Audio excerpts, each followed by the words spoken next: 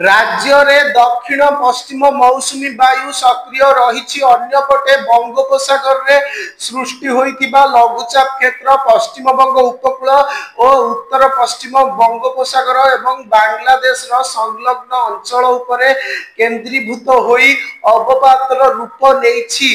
एही अवपात क्रमशः दुर्बल होई पुणी लघुचाप रे परिणत होइछि। एने आंचलिक पाणीपाग विज्ञान केंद्र पक्षरु विभिन्न जिला को सतर्क सूचना जारी करा जाइछि। 15 जिला केन्दुझर मयूरभंज बालेश्वर भद्रक ढेंकानाल कटक जाजपुर केन्द्रापड़ा जगतसिंहपुर झारसुगुड़ा बरगढ़ सुंदरगढ़ देवगढ़ अनुगुल और संबलपुर को येलो वार्निंग जारी करा जाइछि। ए सब जिल्ला रे बिजुली घड़घड़ी सह प्रबल वर्षा और बेगरे पवन बहिब।